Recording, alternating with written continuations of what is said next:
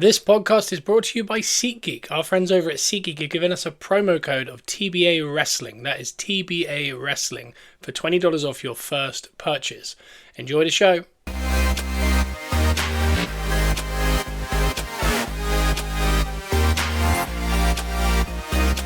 Welcome back to Gunners Rose Podcast, where we are positively Arsenal, and that we are. And it is still the World Cup, obviously. This is still match week 1. I think it's a slog. I'll say that. It's a slog. It's an absolute full meal. You know, it is a lot of teams. I can't say I'm not enjoying it, but it is certainly a slog, especially after the season we just experienced as Arsenal fans. Just the sheer amount of games. And again, luckily, I say luckily, a lot of people are annoyed about the times.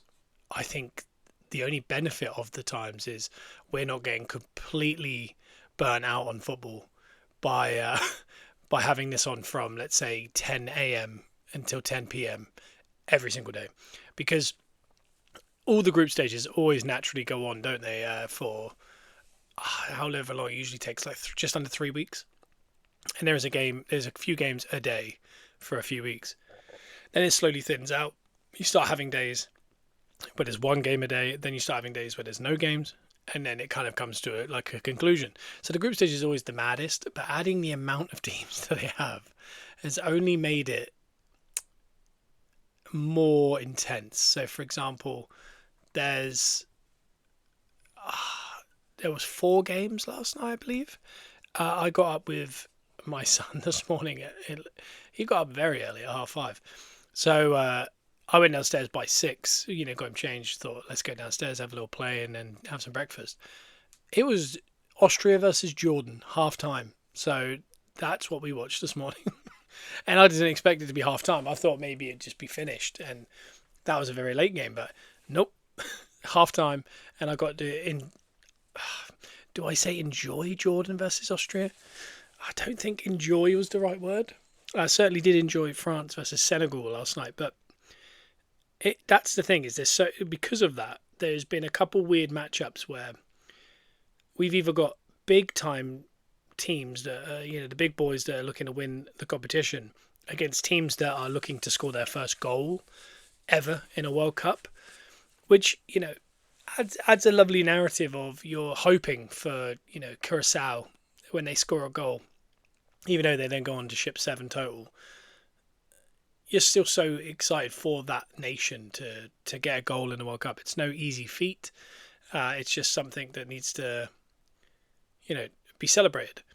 Then you obviously look at Cape Verde or Cabo Verde, and the goalie, the 40-year-old, obviously, I think his mother couldn't get into the US due to visa issues, which that's obviously like a whole nother podcast to be done, because it's such a shame. But what a game he had. And that was 0-0 against Spain. And again, that is celebrated just as much as scoring a goal. They still want to score their first goal. So we're still watching for that. So it's not like, because other than Curacao, I think everyone's held their own. I know we've had some 4-1s and 3-1s and 3-0s, but it doesn't feel like complete blowout. One team's miles better than the other, even though, like I said, the matchups have kind of put big boys against kind of the new boys in World Cup football are looking for a goal, or they've put the smaller guys are against each other, and you're getting these kind of games where you think, I don't know if I need to necessarily stay up until 3 a.m. to watch that. And again, this is a very biased to the UK thought, because people in South America might be like, no, I'm happy to go to 8 o'clock kickoff for some of these kind of like 3 a.m. kickoffs. For us, they're quite happy to have football on just at night and be like, I don't need to see it, but I'll have it on in the background. Because match-wise, since we last spoke on Monday, we've only had obviously, I think, 8 games since that, I want to say. Sunday, Monday. Oh, it's so tough. When you look through Google and you see the different times, it's so confusing. Monday. Yes. So that night after we recorded was the Spain and Cabo Verde 0-0. Then we had Belgium, Egypt 1-1. This was the day of draws, when it's Saudi Arabia, Uruguay 1-1, Iran, New Zealand. And Iran, New Zealand is the one that came to mind as far as not small in size nations, but just kind of lesser teams that I don't think necessarily will make the knockouts. My God, the Americanisms that keep going out playoffs, because we now got a fourth quarter. We've got four quarters in a football match now as well, which is very new and worryingly being accepted very quickly, which I do worry that football becomes a four-quarter sport, and I really don't want that, because we've seen already that they're happy to change rules quite openly in a worldwide state. Because, I mean, since I was born and started playing football when I was very young, this would be 30, let's say 32 years ago when I started playing football, the rules haven't really changed. I mean, a 2-foot tackle back then was sometimes a yellow. Now it's always a red. You could... What was it you could do? You couldn't pass it back, or you could pass it back and you could pick it up when I first started playing. Then the pass back rule came in because of... Was it Denmark, I want to say, in a World Cup? Did that thing for the last 10 minutes? Was it Schmeichel? Roll it to a centre back, you pass it back, you pick it up. And they did that for the last 10 minutes because both teams wanted a draw. So they just did that until the end of the game to go through. So they changed that rule. And that one makes sense, that kind of makes sense. But other than that, no rules have necessarily, changed. Maybe the thought of some of them. For example, like going over the ball back in the day, if it was accidental, wasn't a problem. Handball accidental wasn't a problem. Now in Europe it is, and things like that. So, the way in which they look at certain rules has slightly changed, and it's got grayer, I would say. But I mean, overall, the rules haven't really changed. It's, in an aggressive sense, where they actually changed the complete kind of infrastructure of the game. But I do have a fear for these four quarters. I do have a real fear that we might start seeing this. And for example, match week 1 against Mexico versus South Africa, that was at 21 degrees. That is lovely football weather. It's 21 degrees. It's not the worst. I've played in 21 degrees.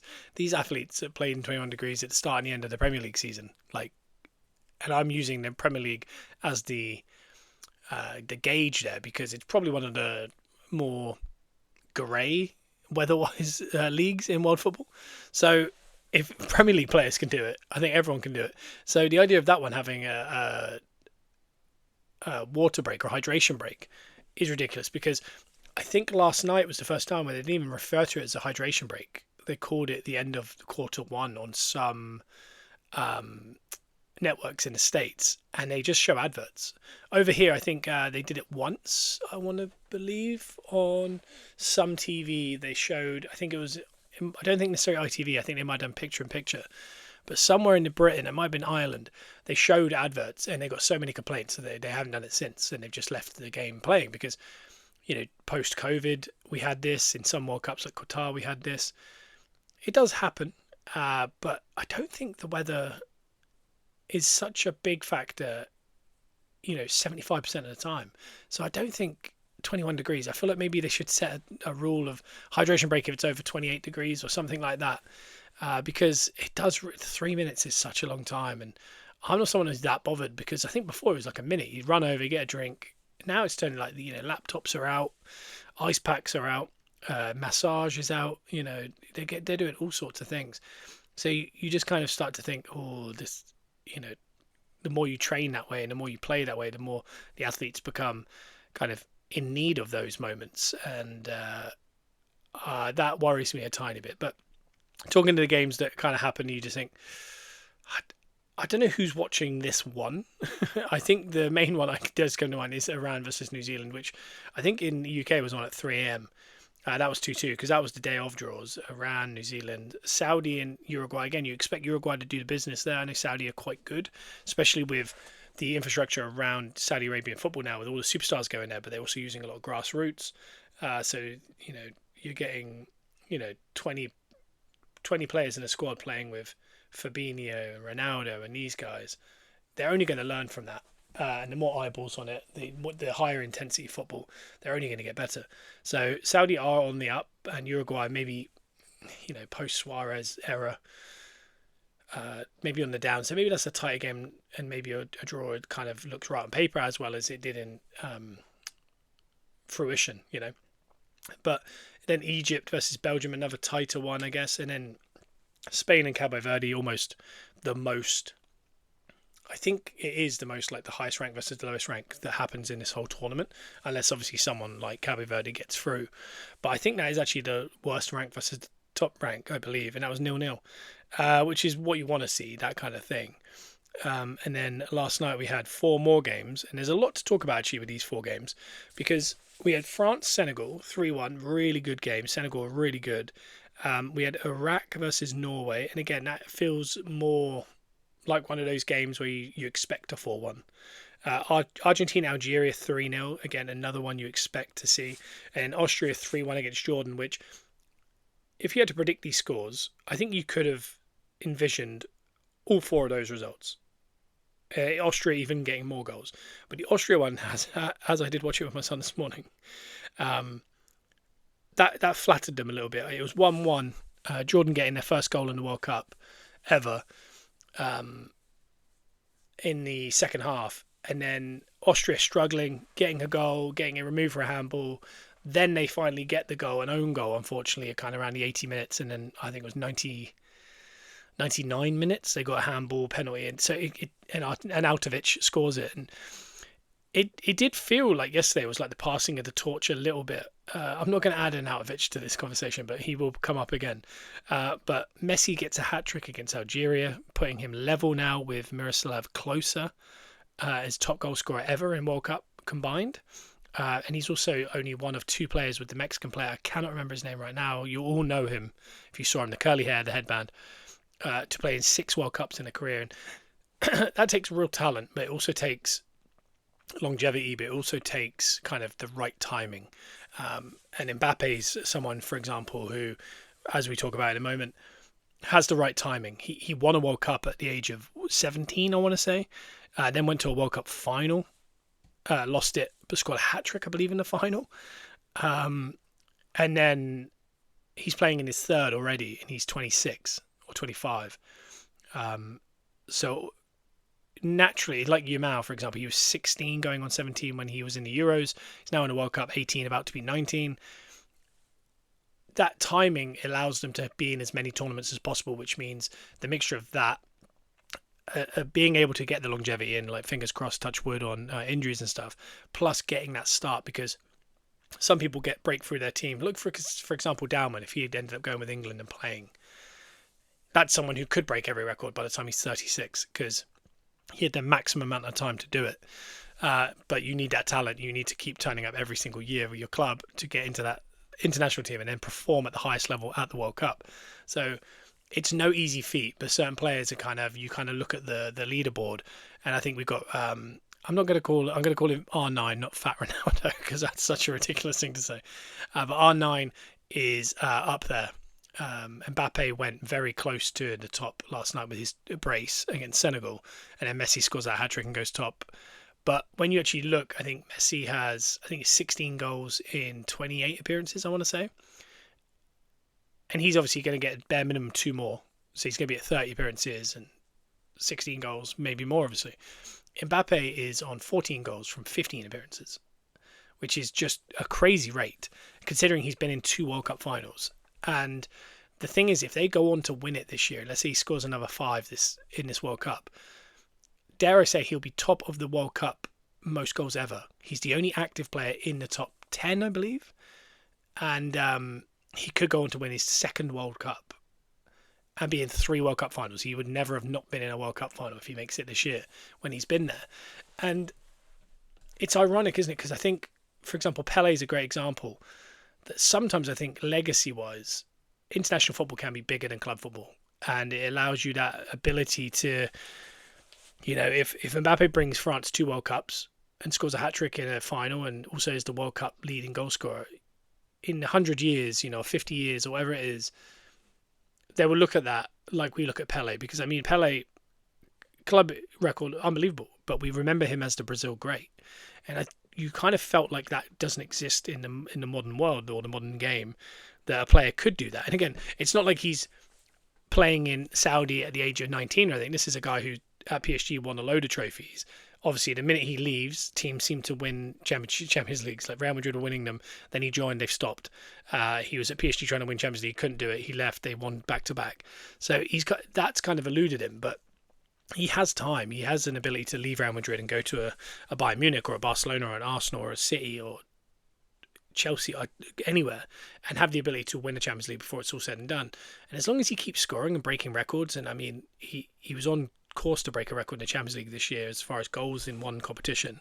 If he keeps breaking these records, he's gonna, and I don't want to say quietly, become the best player in the modern game, because I think some people would have him there right now. I think if most people said who is the best football player in the world currently, and we take away Messi because he isn't the best player right now, obviously, even though he's just scored a hat-trick in the World Cup, but he's the best of all time. He won't ever be touched, I don't think. But you think Mbappe and Haaland, that's what they've kind of felt like the new Ronaldo and Messi, but not quite the same. And you think in the future that obviously Yamal's on his way up, but again, he needs to, like Messi, you can see he's world class. We knew that with Messi at that age as well.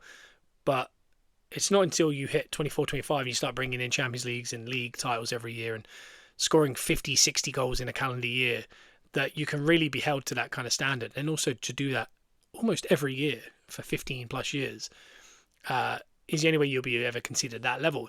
But when you actually start looking at Haaland and Mbappe, like, they're quietly kind of having a Ronaldo-esque. I don't think anyone will ever be Messi, because I remember Arsene Wenger they said, who's the best player living? And he said Ronaldo, and he said he's the best human ever played. Messi's something else, and I think that's the kind of best way to describe it. I don't know what Messi is. I think he's Ronaldo, he's Pele, he's Maradona, he's Cruyff, he's best, he's all these players, but he's better. And I don't think anyone in the next 100 years will be as good as him. They could score more goals. For example, Haaland might carry on until he's 38, scoring 40, 50 goals a calendar year, and he might just keep doing it because he's such a good goal scorer. But he'll never be considered as good because his style of play isn't as good. And that's why Mbappe, for example, a lot of people prefer Mbappe to Haaland, even if the numbers don't necessarily match, is because they prefer the way he plays. But with Messi, yeah, he's so unbelievable. Yamal's got to do more of it. But Mbappe is still having an unbelievable career. He's got a lot of trophies to his name. He's got a lot of records. He's got a lot of goals. He's playing at the biggest club in the world potentially right now. But that international legacy could be something that takes him beyond a lot of people, including Messi. As far as there's certain people of a certain era that will say Maradona or Pele are a lot better than Messi. It's because we're kind of biased to our era. I really truly believe that if we just look at how they play, mixed with stats, mixed with honours, longevity, all of that, I don't think anyone touches Messi. But I think Mbappe, he's quietly doing something. And I say quietly, and that's what sounds so ridiculous, because he's, majority of people consider him the best in the world. But I think there's a lot of conversation around him. Like, he does that Enrique video kind of blighted him a little bit. I think people are like, he doesn't work. He's a problem to locker rooms. That's why Madrid want him out now. And PSG only went on to win things once he left. And even last night, I saw people saying that team that they put out last night is such an odd, unbalanced team. Unbelievable team, but an unbalanced team. Just to kind of navigate and fit Mbappe in. And I agree with that, and I don't agree with that. I looked at their midfield of Chouameni and Rabiot as a 2, because they went with 4 up front, essentially.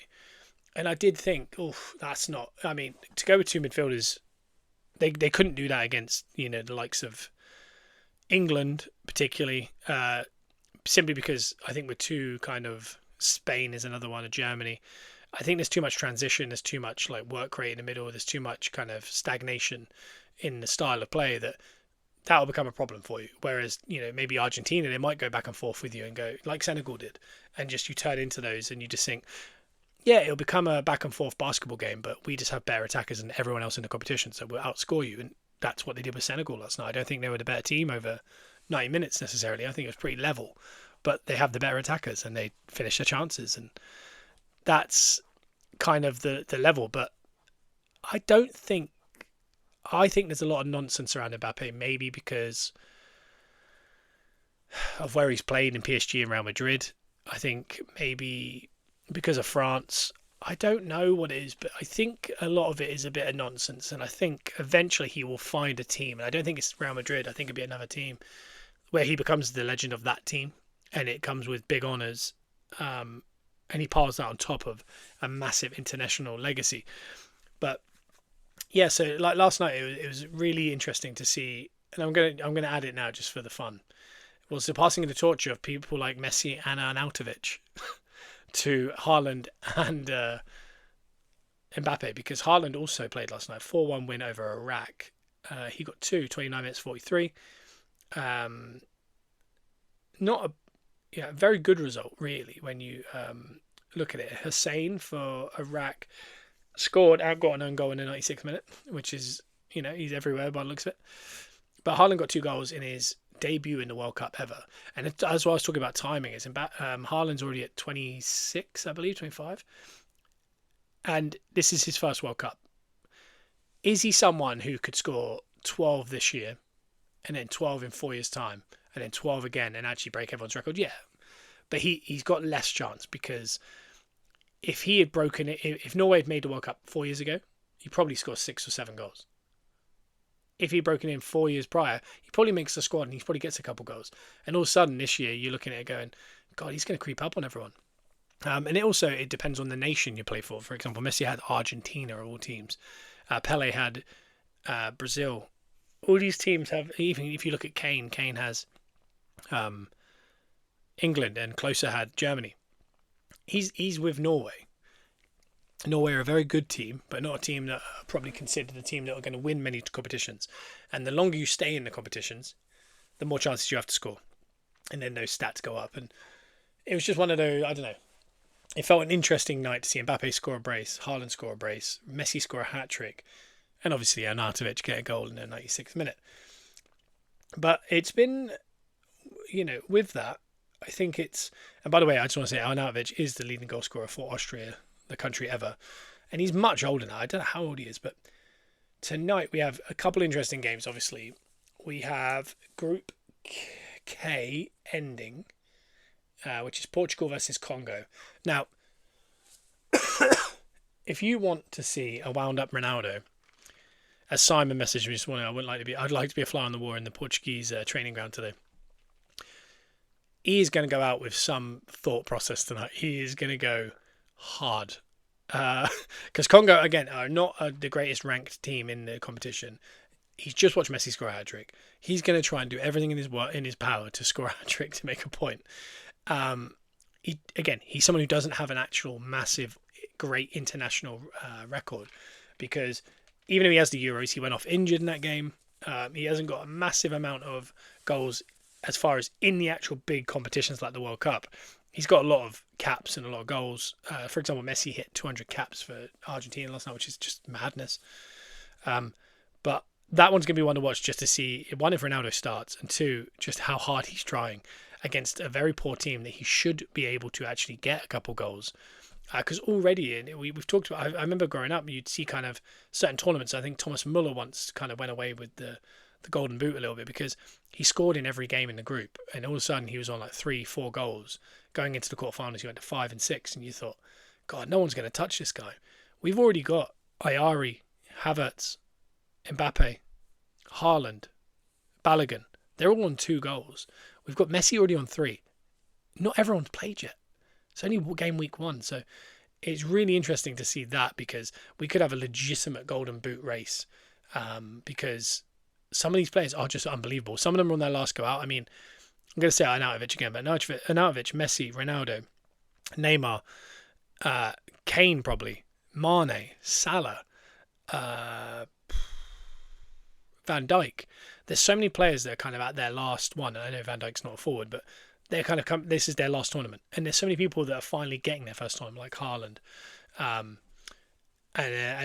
it's just, when you look around, you just go, oh, these people are like at it, they're trying to break records. They're trying to do a thing. So I wouldn't be surprised if that's not the last 2 goals Havertz scores, or Balogun. It's definitely not the last 2 we're going to see of Mbappe and Haaland. Messi, you don't know what's going to happen. As the tournament goes on, does he fatigue? Where's his fitness at, playing in MLS the last few years? It's going to be really interesting to see. But one thing I'm really, really interested to see is Portugal tonight at 6. So if you're here in the UK and listening, it's at 6 o'clock. We've got a lot of US listeners, so you'll know the deal. Depending on where you are, Pacific, Eastern, Central, it'll be at like 11, 10 a.m., somewhere between 10 a.m. and 1 p.m. But we've got it at 6 here in the UK. Portugal versus Congo. It's going to be so interesting. Where is this actual game taking place? It's in Houston. And then Dallas holds in Arlington holds England versus Croatia, which is a tough start. Like I was saying earlier, when you look at some of the teams that you expect to do well, Argentina, and I don't want to be disrespectful to some of these teams because I know we've got listeners from all around the world, but you expect Argentina to beat Algeria. You expect Portugal to beat Congo. You expect France to beat Senegal, but that is a toughie. You expect Spain to beat Cabo Verde. They didn't. Sweden had Tunisia 5-1. Germany, Curacao, 7-1. Brazil got Morocco. That is a tight. I'd say that is the hardest fixture of kind of a team that people had earmarked. USA got Paraguay, which I think is quite tight, but they did really well to win that. So when you look at it, the teams that are expected to win, or people think might win the whole competition, England, Brazil have some. That's a difficult start, but again, if you get 3 points, it does feel like that's you through. Even a draw is an unbelievable result because I think you could draw 3 games and still go through in some capacity. But even if you get a draw now, you only got to pick a win up somewhere. And the game we've got where a lot of teams seem to have started with their kind of their game in hand, you know, that one where they could get a couple goals, is our last game. I think is Panama. And Ghana are a very good team. Not the best, but Croatia and Ghana, they're difficult games. They're not the hardest games, they're just difficult. But the Panama one's there. So even if we draw, you expect that last one to win, and you'd probably, dare I say, top the table, because you expect Ghana and Croatia both to beat Panama. And if you draw with the other two, they'll be on 4. So even if they drew with each other, we might be able to go through on goal difference with 5 at top of our table. So I don't know if it's a good thing or a bad thing to have the kind of quote unquote easiest game last, but I think we'll learn a lot more about England tonight with that Croatia game, because we are also basing Croatia on merit. They do very well in competitions. The team they're putting out tonight will be a team that we've seen the last 8 years. They are certainly, I talk about the last dance for a lot of players. That's the last dance for a lot of the Croatia team. Modric, another big star. That this is the end. But you again, the time you want to play Croatia is in about a month's time when they're really fatigued. It's not necessarily the game one, but we really got to show everyone that we're a team that are here to win it. I think they really have to show it off. And again, you can lose the first game and still win it. Look at Argentina 4 years ago. They lost to Saudi Arabia in the opening game, won the whole thing by the end. There is reports saying that Saka can't start or finish games or something, so he's going to be a used sub a lot, which I like Madueke a lot. I like Saka a lot. You know, he's my favourite player.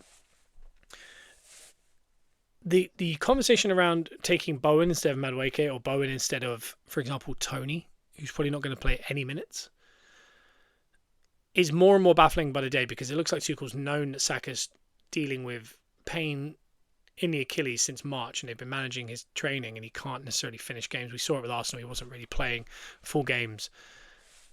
And again, I don't think you don't take Saka. You manage his load, but you need someone who, even Cole Palmer, someone who could play 80% of the games. You know, whether it's the first 70 minutes of every game, whether it's the last 20 of a couple, whatever it is, you need someone you can really trust over that much time. So now when you think about the decision to take just Saka and Madueke as right wingers, it gets a bit more confusing, because it essentially means that if England want to win that World Cup, they're going to play 80% of their games with Madueke as their right winger. And I think he's a very fun player that creates a lot of havoc, especially on that stage. But he's also very inconsistent.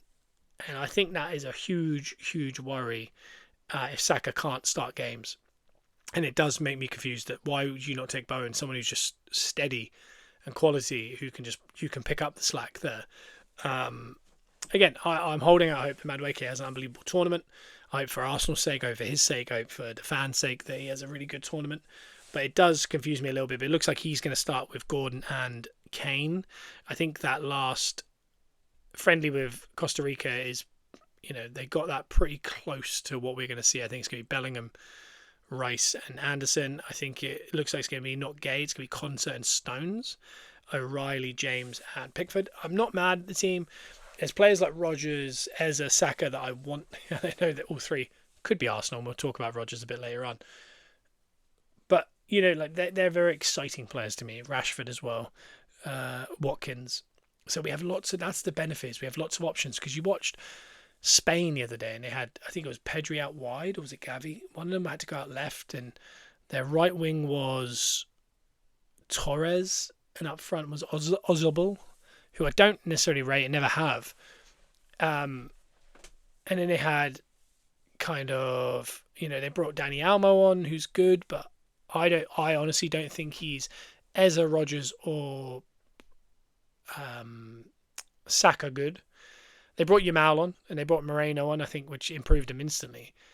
But you do think of that depth and think, well, if it's not Yamal, Nico Williams, and I guess Ozobel up front, which I don't think is a great front three when you think of our best front three, I think ours beats them. The midfield, I think ours is probably tips them slightly as well, and that's why I don't think Spain will necessarily win the competition. But that depth isn't quite there, but ours is, and that's what's nice. Is like if that game is a bit stagnant at 60 minutes, here comes Rodgers, Eza, here comes Rashford, here comes Saka.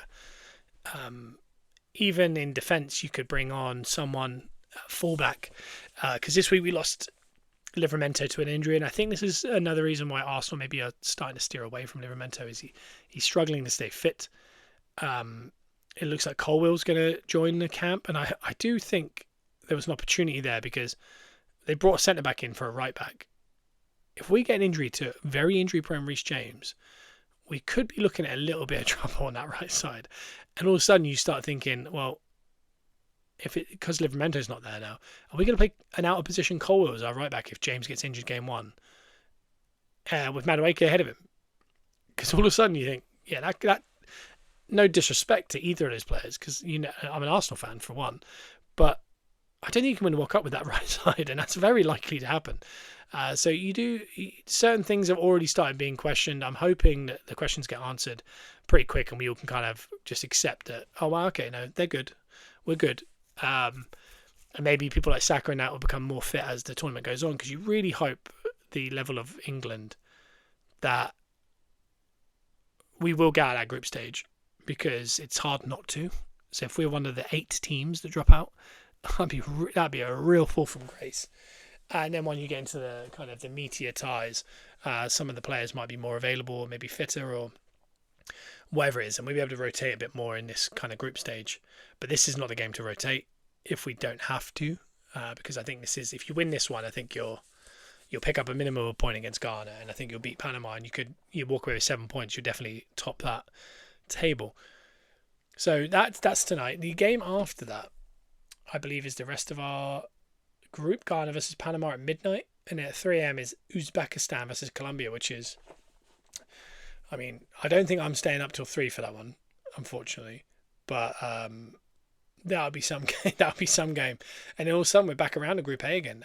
South Africa and Czech Republic tomorrow at 5. Switzerland and Bosnia at 8. 11 o'clock is Canada, Qatar, and then 2 in the morning will be Mexico versus South Korea. And then Friday night, here in the UK, we got USA back in action against Australia. Scotland, Morocco at 11. They've really done Scotland dirty as far as times of when the home nation can watch their team. Brazil at 1:30, unfortunately, against Haiti. Turkey, Paraguay at 4 a.m. What we got as far as Saturday morning or Saturday evening. Netherlands, Sweden would be a game. Germany, Ivory Coast would be another good game at 9. We've got a nice little set on Saturday. Sunday through the night, we've got Curacao, Ecuador, Tunisia versus Japan. And then 5 o'clock on Sunday night, we finally get to watch Spain again against Saudi Arabia, but Belgium versus Iran. So some good games coming up, actually, especially as far as before the next podcast on Monday with Gunners R Us. But, yeah, overall, so far, I've enjoyed it. I've enjoyed having the football on. I've enjoyed some of the little kind of plot lines that are appearing, the old guard, the new guard, the golden boot, heating up literally 7/8 through game week 1 is unbelievable.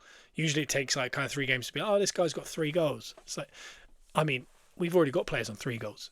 And they've played once. That's what's so fun. So getting to see that, there's plenty of goals as well, which again I've talked about before. But we really thought there could be an issue with, all those new rules they were saying, like hydration breaks, 5 seconds on throw-ins. We'll give a.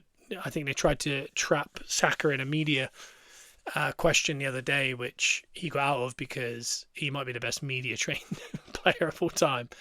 But they were kind of saying if there's a foul committed before a corner comes in, they can actually just give a foul. And he said, I don't understand. And then they just moved on. And people say, how does he not understand it? Well, it's a weird question because if, for example, if I'm waiting for a corner to come in, I go and shove you over. Yeah, sometimes the ref comes over and says none of that. And then you play on. But sometimes he just gives a foul and just gives it the other way. It's nothing. Again, it's not necessarily a new rule. And they're only asking Saka because it's that narrative that Arsenal are set piece FC, all these things, and he just wasn't going for it. He was just like, nah, I'm not getting involved. So I obviously always appreciate when Saka kind of makes the media look a bit stupid because they're trying to catch such a nice guy in some kind of weird, I don't know, narrative, and they're just not having it. And it's also further proof that it's not going to stop because they said if you win something, this will all stop. Early indications that it's not going to stop at all. I've already seen the line, the hotel, the what's it called, the headlines of, oh my god, we've moved on so quick from Arsenal's title race because of the World Cup. It's like, well, yeah, because the World Cup happened. Like Arsenal fans haven't moved on. We're happy, but I mean, like when I don't know who won the league 4 years ago. I assume it was probably City before the World Cup in Qatar. Saying that was it mid-season? It was, wasn't it? Probably mid-season. Yeah, so before that was Brazil. God knows who won it that year. Maybe Leicester. I don't know. Off the top of my head, 2018. It would have been City. Yeah, it would have been City. We probably moved on really quick there as well. But City fans might have enjoyed it. But we probably just went, yeah, World Cup anyway. So it is a reminder that was nonsense. That we were gonna move away from it. I'm sure they'll change about 6 rules next year to kind of disrupt Arsenal or attempt to. The best part is people just haven't realised that, for example, corners are the thing they're really sticking on. That's our issue. That's how we won the league. We're really rough at it when we're not. And the other part is, I don't think we took a full corner. Like we took 80% short corners for the last 8 weeks of the Premier League. So they don't realise, but we've already moved on to short corner routines to get around all that rule changing, which is going to be fun to watch next year. We've added a ball striker like Rodgers by the looks of it, because last night Hand of Arsenal finally spoke. He said he would only speak once he had concrete news on Rodgers' information. And I only go by Hand of Arsenal because I'm fairly sure it's Andrea Berta of our technical director. But he put an update on Morgan Rodgers, and I'll read that out now. That was a great start because there's a bit of reading to do here. Morgan Rodgers has given preference to joining the English champions. Other clubs are still actively in the race, but acknowledge the player's current preference. Rodgers has respectfully communicated his desire to senior figures of Villa, and significant ones at that personal terms have also been explored, not a hindrance at all. Rodgers is sold to Mikel Arteta in the project and his plan for him. Morgan Rodgers was shortlisted in attacking reinforcements last year with Berta. The current state of play is that Villa and Arsenal are in contact through unofficial channels regarding any potential deal. Regarding my word, the fee is key to this deal. The player is fully on board. Berta is asked to keep fully informed about other clubs making a move for him. I'll make another update when Arsenal make a move. Chelsea in particular have also pleaded with Rodgers and showcased a plan for him, but his response was Arsenal. Man United have also explored the situation, with Carrick being a big fan. Bradley Barcola is another player that are of interest to Arsenal, and again, more information in due time. Barcola came on and scored a goal last night and got referenced as the next Mbappe, so maybe I've not seen enough Barcola. I don't really understand the huge hype, but people really do like him, so I'm all for it.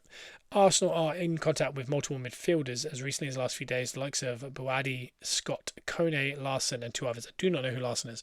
As I mentioned yesterday, we are yet to make contact with any club official as Berta explores personal terms with all of them. One of the players being convinced of joining Arsenal. It's important to remember that Livramento has also felt that way, and then the highlights show the conversations are that.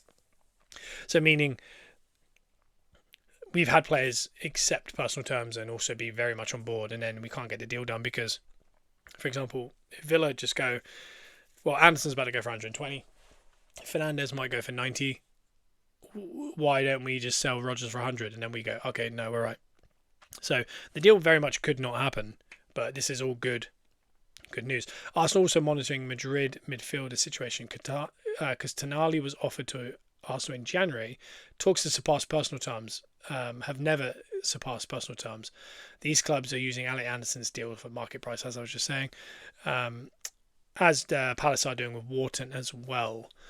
And I think that's kind of the big thing I'm taking from it is when you look at the transfers, they're going to set the tone. I think last year they did it. Newcastle actually ironically did it early where they bought Elanga for about 50 million. And that instantly made every player, like Rodrigo was then 100 million, Madueke was 55 million. Instantly, all these players that were getting linked to other teams and wingers particularly, that winger market got based off of that Elanga sale. And you see that sometimes. And in this year, midfield, there's a lot of midfielders, Wharton, Anderson, Fernandez, Tonali, they all look like they're going to move. But whoever goes first is kind of going to set the tone. And we just saw Van Hecke go from Brighton to Spurs, and it looks like it's going to be 75 million with all the add-ons, but it's going to be 52 million up front, which is a huge amount of money. But again, they're trying to strengthen their team, Spurs. They've also brought in Senesi, and it looks like they're going to get a deal done for Tonali, which again, I don't see how that doesn't improve them. They're also looking at Alex Scott, as we are as well.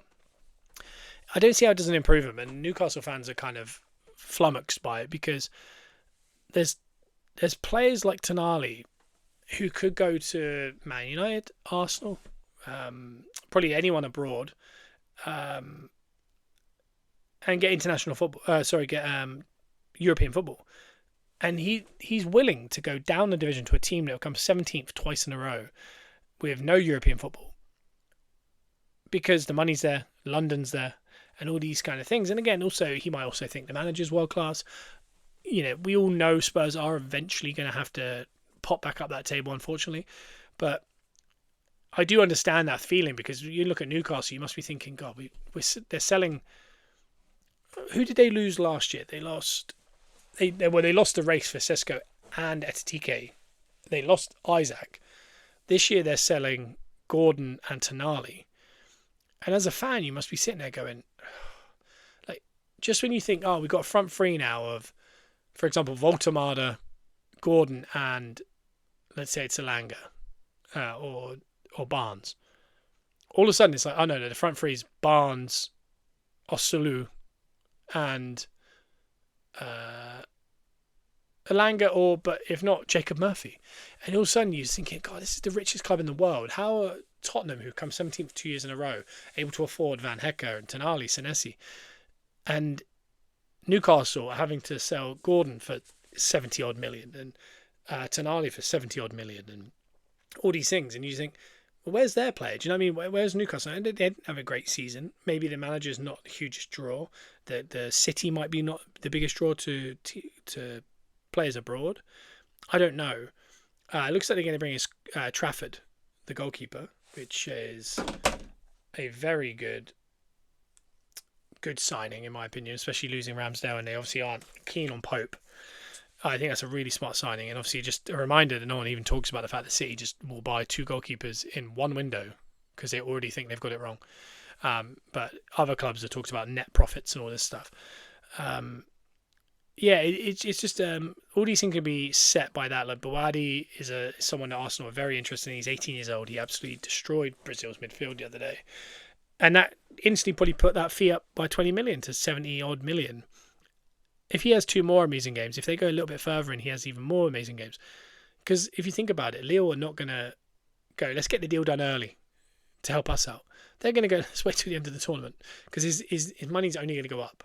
So they're just going to wait, and therefore you're going to see this rush post World Cup, I think, where players are going to have to try and go on holiday very quickly because after the final, I think Arsenal's first pre-season is 2 weeks later, something like that, in Dublin, I want to say.